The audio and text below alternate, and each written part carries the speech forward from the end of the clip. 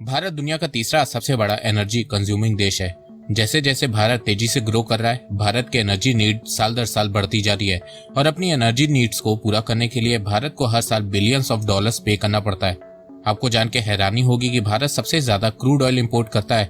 Bharat world की third largest oil importer country है। भारत अपनी टोटल नीड का 85% क्रूड ऑयल इंपोर्ट करता है, जिससे हर साल भारत का क्रूड ऑयल का इंपोर्ट बिल बढ़ता जा रहा है। तो भारत के ऑयल इंपोर्ट को कम करने के लिए भारत सरकार डोमेस्टिक क्रूड ऑयल की प्रोडक्शन को बढ़ाने में लगी हुई है और साथ में भारत सरकार ऑयल एंड गैस के लिए नई जगह एक्सप्लोर करने में भी लगी हुई है। और इसके लिए भारत सरकार भारत के एक्सक्लूसिव इकोनॉमिक जोन में ऑयल डिस्कवरी कर रही है। और भारत के लिए अच्छी न्यूज ये है कि पिछले कुछ सालों में भारत के इकोनॉमिक जोन में बहुत सारे तेल के भंडार मिल रहे हैं, जिसके चलते भारत का ऑयल इंपोर्ट आने वाले समय में कम हो सकता है और इससे भारत हर साल हजारों करोड़ों रुपए तेल खरीदने में खर्च करता है, उसे बचा सकता है। इसके अलावा कुछ सर्वे ने एस्टिमेट लगाया है कि भारत के अंडमान के आसपास इतना तेल है कि भारत 70 साल तक अपनी ऑयल नीड को पूरा कर सकता है और इसकी वैल्यू $20 ट्रिलियन के आसपास है। तो नमस्कार दोस्तों, स्वागत करते हैं आपका चार्जिंग पॉइंट हिंदी में। दोस्तों, आज के इस वीडियो में हम जानेंगे भारत के ऑयल डिस्कवरी के बारे में।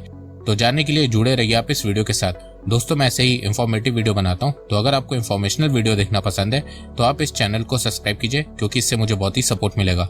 भारत के petroleum and natural gas minister Hardeep Singh Puri ji ने एक इंटरव्यू में बताया कि भारत को अंडमान सी में गुआना साइज ऑयल रिजर्व मिल सकता है और इस रिजर्व से per day 2.5 lakh barrel production कर सकते हैं। एक बैरल में 159 लीटर पेट्रोल होता है, तो 3,97,50,000 लीटर प्रोडक्शन कर सकते हैं। हरदीप सिंह पुरी जी ने बताया कि इंडिया इस समय game changing oil reserve discovery के मोड पे है।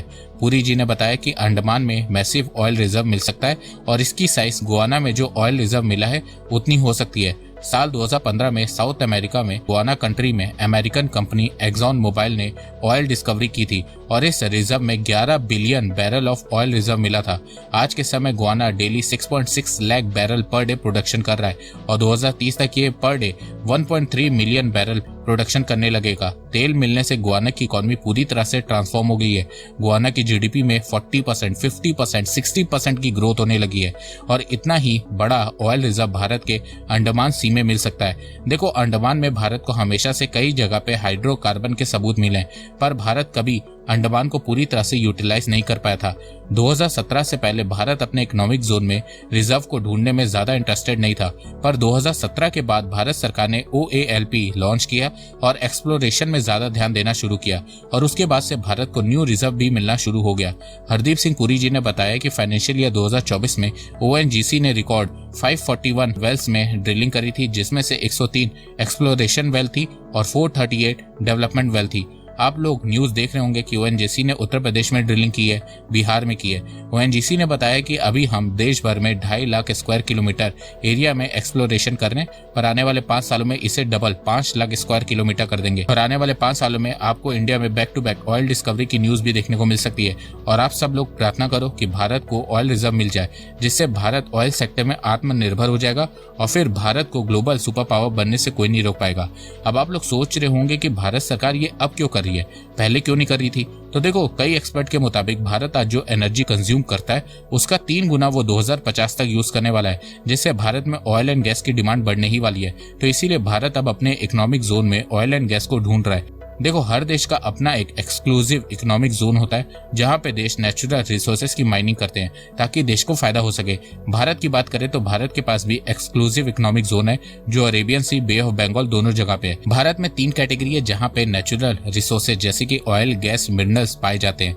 कैटेगरी 1 के जो एरिया है वहां पे भारत सरकार माइनिंग करती है और मिनरल्स का यूज करती है। कैटेगरी 2 जो येलो कलर के एरिया है जहाँ पे नेचुरल रिसोर्सेज है, उन एरियाज को डेवलप नहीं किया गया है और वहां के रिसोर्सेज का अभी तक यूज नहीं हो रहा है। कैटेगरी 3 का जो एरिया है वो प्रोस्पेक्टिव एरिया है, जहां पे एक्सप्लोरेशन हो रही है या करनी बाकी है। देखो, भारत के पास अच्छा खासा इकोनॉमिक जोन है, पर भारत आज तक उसका अच्छे से फायदा नहीं उठा पाया है। भारत ने आज तक अपने कोस्टल एरिया के इकोनॉमिक जोन में प्रॉपर तरीके से रिसर्च ही नहीं करी है, जिसके चलते भारत को रिसोर्सेज का ज्यादा फायदा नहीं मिल पा रहा है। पर पिछले 4-5 सालों में मोदी सरकार ने भारत के कोस्टल एरिया और अंडमान के आसपास के इकोनॉमिक जोन में रिसर्च करना शुरू किया है, जिससे भारत को अब ऑयल एंड गैस के रिजर्व मिलना भी शुरू हो गए हैं। भारत को पहला oil reserve Krishna Godavari basin में मिला है। आंध्र प्रदेश के काकीनाडा से 30 किलोमीटर दूर कृष्णा गोदावरी बेसिन है, जहां से भारत की ONGC गैस की प्रोडक्शन करती है और वहीं पे भारत को ऑयल मिला है। ONGC ओएनजीसी ने कृष्णा गोदावरी बेसिन से 3.5 किलोमीटर डीप सी वाटर से ऑयल को निकाला है। ओएनजीसी को वहां पे 26 ऑयल वेल मिले हैं, जिसमें से 4 में से अभी तेल निकाला जा रहा है। कहा जा रहा है कि भारत में जितनी ऑयल की प्रोडक्शन होती है उसका अकेले 7% प्रोडक्शन यहाँ से होगी। कृष्ण गोदावरी बेसिन में ऑयल ढूंढने का काम 2016 में शुरू किया गया था, पर पेंडेमिक के चलते इसमें डिले हो गया था। इस ऑयल रिफाइनरी में ओएनजीसी ने $5 बिलियन कैपिटल एक्सपेंडिचर और $5 बिलियन ऑपरेशनल एक्सपेंडिचर पे खर्च किया है, जिससे यहाँ से 16 साल तक प्रोडक्शन होगी। इसके अलावा ओएनजीसी ने महानदी बेसिन में 2 गैस रिजर्व को भी ढूंढा है। उड़ीसा के पास महानदी रिवर है, तो उसके कोस्टल रीजन पे ओएनजीसी को 2 गैस रिजर्व मिले हैं। पहला रिजर्व 714 मीटर डीप है, जहां से 3 lakh cubic metre per day gas निकल सकती है, और दूसरा रिजर्व 1100 मीटर डीप है। भारत अपनी टोटल गैस नीड का 50% गैस इंपोर्ट करता है और बाकी का 50% अपने यहाँ से प्रोडक्शन करता है। तो फ्यूचर में अगर महानदी बेसिन से गैस की प्रोडक्शन शुरू हो गई तो भारत का गैस इंपोर्ट भी कम होने लगेगा। इसके अलावा ओएनजीसी अंडमान में भी ऑयल एंड गैस की प्रोडक्शन की तैयारी करी है। 2021 में ओएनजीसी ने अंडमान के 2 ब्लॉक में सर्वे करना शुरू किया था, ये जानने के लिए कि कहाँ पे कितना ऑयल और कितनी गैस है। तो वो सर्वे अब कंप्लीट हो चुका है और सर्वे में पता चला है कि भारत के अंडमान के आसपास बहुत सारे ऑयल एंड गैस के रिजर्व है। एक ब्रॉड एस्टीमेट के मुताबिक अंडमान के आसपास 2,25,000 स्क्वायर किलोमीटर एरिया में 17 billion tonne oil and gas के रिजर्व हैं। वैसे अब आप लोग सोच रहे होंगे कि जब अंडमान के आसपास इतना ज्यादा रिसोर्सेज है तो भारत सरकार ने अब तक अंडमान से ऑयल एंड गैस क्यों नहीं निकाला। तो देखो, अंडमान बहुत ही स्ट्रेटेजिकली इंपॉर्टेंट लोकेशन पे है और काफी ज्यादा सेंसिटिव एरिया भी है। तो पहले भारत सरकार ने अंडमान के आसपास के एरिया को नो गो एरिया घोषित किया था। अंडमान में भारत की 3 सेना है, तो सिक्योरिटी के लिए अंडमान के आसपास के कुछ एरिया को नो गो एरिया में रखा गया था। इसके अलावा डीआरडीओ, इसरो कई बार मिसाइल टेस्ट भी इसी एरिया में करते थे, तो इसके चलते भी इस एरिया को नो गो जोन एरिया में रखा गया था।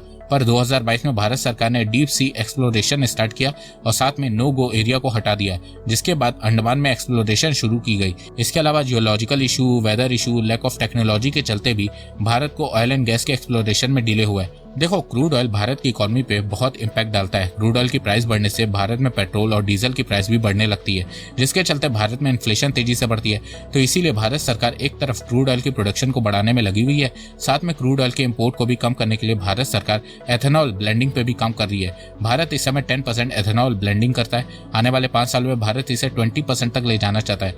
एथेनॉल ब्लेंडिंग से एक तो एनवायरमेंट को फायदा होता है, कार्बन इमिशन कम जनरेट होता है, साथ में फार्मर्स को भी फायदा होता है, क्योंकि एथेनॉल ब्लेंडिंग ज्यादातर शुगर केन, मेज के जरिए से होती है। तो भारत इस समय कैसे भी करके अपनी ऑयल इंपोर्ट को कम कर रहा है। इसके अलावा American based Lawrence Berkeley National Laboratory का कहना है कि भारत 2047 तक एनर्जी इंडिपेंडेंट कंट्री भी बन जाएगा। ऐसा इसलिए क्योंकि भारत सरकार इलेक्ट्रिक व्हीकल और रिन्यूएबल एनर्जी पे भी बहुत ज्यादा फोकस कर रही है। साथ में भारत सरकार देश में ग्रीन हाइड्रोजन को बनाने में बहुत ज्यादा ध्यान दे रही है, जिसके चलते भारत की एनर्जी में फॉसिल फ्यूल का शेयर कम होता जा रहा है और नॉन फॉसिल फ्यूल का शेयर इंक्रीज हो रहा है। रिन्यूएबल एनर्जी की तरफ फोकस करने से भारत को बहुत फायदा होने वाला है। 2047 तक भारत का क्रूड ऑयल इंपोर्ट 90% तक कम हो जाएगा। भारत सालाना $240 बिलियन बचाएगा। इसके अलावा भारत का कोल इंपोर्ट 95% तक कम हो जाएगा। क्लीन एनर्जी से भारत में इन्फ्लेशन कंट्रोल में रहेगी, क्योंकि उस समय तक भारत की डिपेंडेंसी क्रूड ऑयल पे कम हो जाएगी। इसके अलावा 2047 तक इलेक्ट्रिक ट्रांसपोर्टेशन में शिफ्ट होने से नेट कंज्यूमर सेविंग $2.5 ट्रिलियन हो जाएगी। मतलब आज के समय जो लोग पेट्रोल और डीजल में पैसा खर्च करते हैं, इलेक्ट्रिक व्हीकल में शिफ्ट होने से वो पैसा 2047 तक बचते बचते $2.5 ट्रिलियन हो जाएगा। इसके अलावा भारत का क्रूड ऑयल का इंपोर्ट बिल भी कम होगा, भारत का ट्रेड डेफिसिट कम होगा, भारत की डिपेंडेंसी कम होगी। साथ में भारत जो इंपोर्ट में पैसे बचाएगा वो उसे अपनी ही इकोनॉमी में लगाएगा, जिससे भारत और तेजी से ग्रो कर सकेगा। तो दोस्तों, आपको ये वीडियो कैसा लगा? आप अपनी राय मुझे कमेंट सेक्शन में बताइए। तब तक के लिए बस इतना ही। धन्यवाद। जय हिंद, जय भारत।